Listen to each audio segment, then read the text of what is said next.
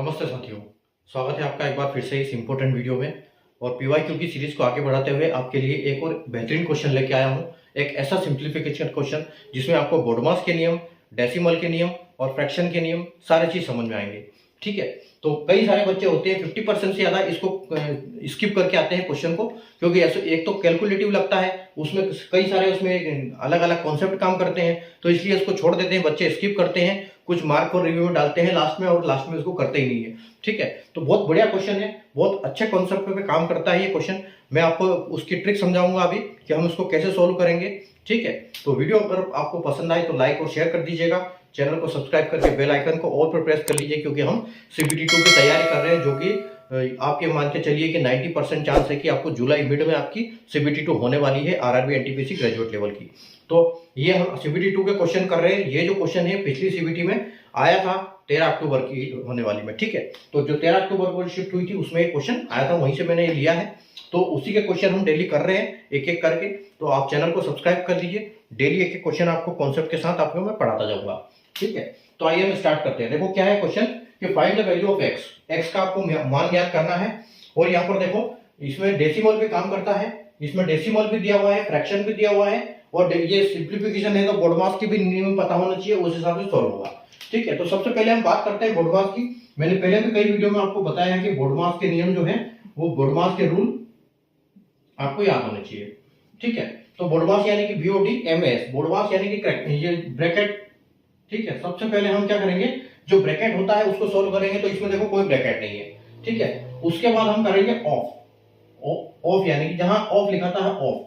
ठीक है, ओ यानी कि जहां ऑफ लिखा होता है तो हम उसको पहले मल्टीप्लाई करना होता है ऑफ की जगह, लेकिन वो डिवाइड से पहले करना होता है, बस ये नियम है। ठीक है, डी का मतलब होता है डिवीजन। तो अब यहां पर देखो, यहां पर आपका बी भी नहीं है। ठीक है, बोडमास ओ भी नहीं है, ऑफ भी लिखा नहीं है कहीं। उसके बाद आपका डिवीजन है, तो डिवीजन आपको पहले करना है, उसके बाद आपका मल्टीप्लाई आ जाएगा।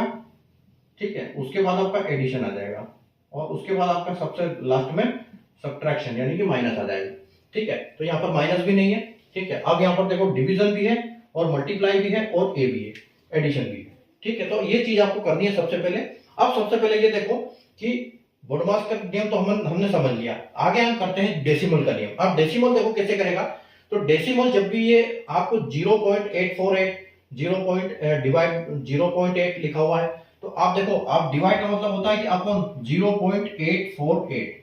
ठीक है, और अपॉन में क्या आ जाएगा 0.8, और साथ में क्या चल रहा है 1.2। ठीक है, जब भी सिंप्लीफिकेशन क्वेश्चन होता है तो जहां से प्लस माइनस होता है उसको सबसे पहले डिवाइड कर दो। अब आप देख सकते हो कि यहाँ पर प्लस है। ठीक है, तो इसके दो पार्ट कर दो आप। यहाँ पर देखो एक प्लस है और बाकी प्लस माइनस कहीं भी नहीं है, सिर्फ एक प्लस है, यानी कि ये जो पूरा क्वेश्चन है ये दो पार्ट में सोल्व हो जाएगा। ठीक है, तो अगर एक हम लेते हैं यहां से, ठीक है, ये वाला पार्ट इसका पहले ये पार्ट वाला करेंगे हम सोल्व, दूसरी बार में हम ये पार्ट सोल्व करेंगे। ठीक है, तो दो पार्ट हो गए इसके, पहले हम ये सोल्व करेंगे फिर ये करेंगे और दोनों को प्लस करेंगे आंसर में। ठीक है, तो प्लस माइनस से आपको उसको ये कर देना है पार्टीशन उसका। तो देखो 0.48 अपॉन 0.8 है, तो जब भी डेसिमल का आपको मल्टीप्लिकेशन करना हो या डिवाइड करना हो तो आपको क्या करना है, देखो आप ऐसे अपॉन में लिखो उसको। उसके बाद देखो अब नीचे यहाँ पर डेसिमल में कितनी संख्या है, डेसिमल के बाद सिर्फ एक है। ठीक है, और यहाँ ऊपर में कितनी है, डेसिमल के बाद में संख्या 3 है। तो आपको क्या करना है, सीधा सीधा ये लिखना है, जो संख्या है वो लिखनी है। ठीक है, तो यहां हम आगे क्या लिखेंगे 848, 0 पॉइंट को हटा दो और नीचे से 0 पॉइंट को हटा दो। अभी आपका क्या हो गया 848 अपॉन 8। ठीक है, अब आपको देखो क्या करना है, जब उसके आपको मल्टीप्लाई करना है, किसके साथ, हमेशा मल्टीप्लाई होगा उसके एक के साथ, और साथ में रहेंगे 0। लेकिन 0 कितने रहेंगे, उसका नियम यह है कि नीचे जितनी संख्या डेसिमल के बाद है उतने 0 ऊपर लगेंगे, और इधर ऊपर जितनी डेसिमल के बाद संख्या है उसके लिए 0 नीचे लगेंगे। ये क्रॉस में चलेगा कि ऊपर के लिए नीचे, नीचे के लिए ऊपर। ठीक है, तो जहां नीचे 0 के बाद सिर्फ डेसिमल के बाद एक है तो हम यहाँ पर 1 0 लगाएंगे। ऊपर क्या है, डेसिमल के बाद 3 संख्याएं हैं तो हम यहाँ पर 3 0 लगाएंगे। ठीक है, उसके बाद आपका मल्टीप्लाई के पास 1/2 साथ में चल रहा है।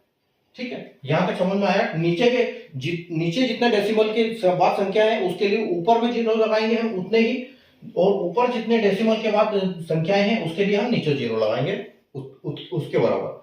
ठीक है, तो अब देखो यहां पर जितने 0 है, एक 0 है तो हम नीचे का भी एक जीरो इसका काट देते हैं, एक जीरो से एक जीरो कैंसिल हो गया। अब आपको देखो यहाँ पर आपका ये क्वेश्चन क्या बन गया, 848/8, ठीक है। और मल्टीप्लाई के साथ क्या हो गया, अगर इसका मल्टीप्लाई इसके साथ होगा तो ये डबल जीरो हो गया, ठीक है। तो ये ऐसे हो गया। अब ये वाला इतना वाला पार्ट आपका इतना हो गया और इसके साथ आपको 1/2 चल रहा है, ठीक है। अब देखो, अब जब इसको डिवाइड करोगे तो देखो 800 से पहले तो ये एक बार में जाएगा, उसके बाद देखो ये 4 जाएगा नहीं तो यहाँ पर आपका जीरो लग जाएगा, ठीक है। उसके बाद ये यानी कि 8 छंग 48 तो 0.6 हो जाएगा, ठीक है। 0.6 हो गया, यानी कि आपका क्या हो गया, यहाँ पर डेसिमल आ गया, क्योंकि ये 800 था यानी कि एक बार गया और ये 0.6 बार गया, तो 1.6 आपका आंसर आ गया। और इसके साथ आपको 1/2 कर देना है। तो 1/2 का मल्टीप्लाई करने का मतलब क्या होता है, उसको जस्ट आधा कर देना, ठीक है। जब भी फ्रैक्शन 1/2 में हो तो उस संख्या को आधा कर दे, तो ये फ्रैक्शन का नियम। तो अगर 1.06 को हम डिवाइड करेंगे, यानी कि फाइनली तो हम इसको डिवाइड ही कर रहे हैं, तो अगर इसका 2 भाग करेंगे हम, डिवाइड बाय 2 करेंगे, तो ये क्या होगा, ये 53 हो जाएगा, यानी कि 0.53 हो जाएगा, ठीक है। ये 0.53 हो जाएगा, यानी कि एक है और 0.6 को आधा करेंगे 0.53, ठीक है। तो आपका जो ये पोर्शन है इसका जो आंसर आया वो क्या आया, 0.53, ठीक है। अब 0.53 आया तो देखो 0.53 हमारे पास अभी आंसर बचा है, कुछ ना कुछ प्लस माइनस होगा इसमें, तो इसका मतलब पहला हमारा ऑप्शन जो है वो है नहीं आंसर, ठीक है। उसके बाद हम चलते हैं दूसरे वाले पे, ठीक है। अब दूसरे वाले को सोल्व करते हैं। दूसरा वाला क्या है आपका 0.125 और ये डिवाइड में है, देखो डिवाइड में ये पूरी संख्या है तो 5/2 डिवाइड 5/2 है, ठीक है। और इनटू में क्या है आपका 0.4, ठीक है। अब उसके बाद क्या होता है, जब जो नीचे जो डिनोमिनेटर में आपका फ्रैक्शन होता है तो जो नीचे वाला होता है वो ऊपर मल्टीप्लाई हो जाता है, यानी कि ये क्या हो जाएगा 0.125 और ये जो 2 है ये 2 इसके साथ मल्टीप्लाई होगा तो यहाँ पर 2 हो जाएगा। और आपका ये आगे चल ही रहा है 0.4, ठीक है। तो 0.4 ये सारे मल्टीप्लाई एक लाइन में हो गए। अब नीचे आपका क्या बचा, सिर्फ 5, ठीक है। नीचे आपका सिर्फ बचा 5। अब इस 5 को आप क्या करो, देखो इसमें कौन सी संख्या कटने वाली है, 5 से सिर्फ ये है। तो अगर आप इसको 5 से काटोगे, ठीक है, अगर इसको 5 से काटोगे इसको, तो ये क्या मिलेगा आपको 0.025, ठीक है। यानी 5 का 25, तो 0.125 का क्या हुआ 0.025, ठीक है। और इसका डबल और इंटू 0.4, ठीक है। अब देखो 0.25 का अगर आपको डबल करना है तो आपका क्या हो जाएगा 0.050, ठीक है। और यहां पर आपका आ जाएगा 0.4, ठीक है। 0.25 का मल्टीप्लाई करेंगे 2 में तो हो जाएगा 0.50 और यहां आपका 0.04 चल रहा है, ठीक है। उसके बाद देखो अब आपको क्या करना है, देखो जब डेसिमल के बाद किसी संख्या के बाद 0 आता है तो उसको लगाने का कोई मतलब भी नहीं है, उसको लगाएं ना लगाएं कोई दिक्कत नहीं है।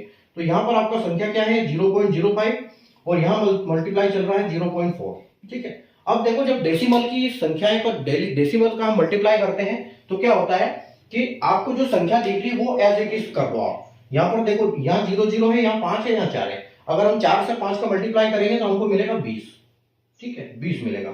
लेकिन हमको ये ध्यान रखना है उस 20 के बाद इन दोनों को मल्टीप्लाई करने से हमको पूरा 20 मिल रहा है, तो इस 0 को काउंट करना है। लेकिन हमको डेसिमल के बाद कितनी संख्या है 1, 2 और 3, यानी डेसिमल के बाद पूरा मिला के 3 संख्याएं हैं। तो हमको क्या करना पड़ेगा, डेसिमल के बाद 3 रखना पड़ेगा। तो 2 तो हमारे पास है तो हम 1 और रखेंगे और इसके बाद 1 ये आ जाएगा, यानी कि यहाँ पर हमारी डेसिमल के बाद 3 संख्याएं हो गई, 2 ये और 1 ये, उसके हिसाब से ये 0.20। अब आपके पास क्या है, इसका मतलब है आपको आया 0.02 ये आंसर। जो सेकंड वाले को किया आपने 0.02 आया और पहले वाले को किया था 0.53 आया था।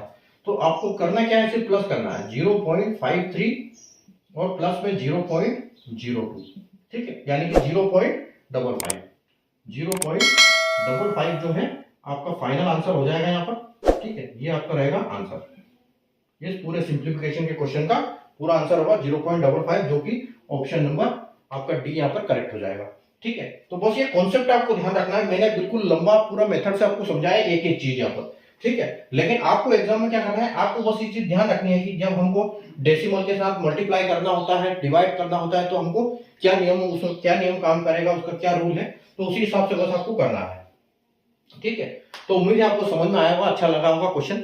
लाइक और शेयर कर दीजिएगा वीडियो को, ठीक है, और चैनल को सब्सक्राइब कर लीजिए। मिलते हैं वापस कल नए क्वेश्चन में, तब तक के लिए गुड बाय, टेक।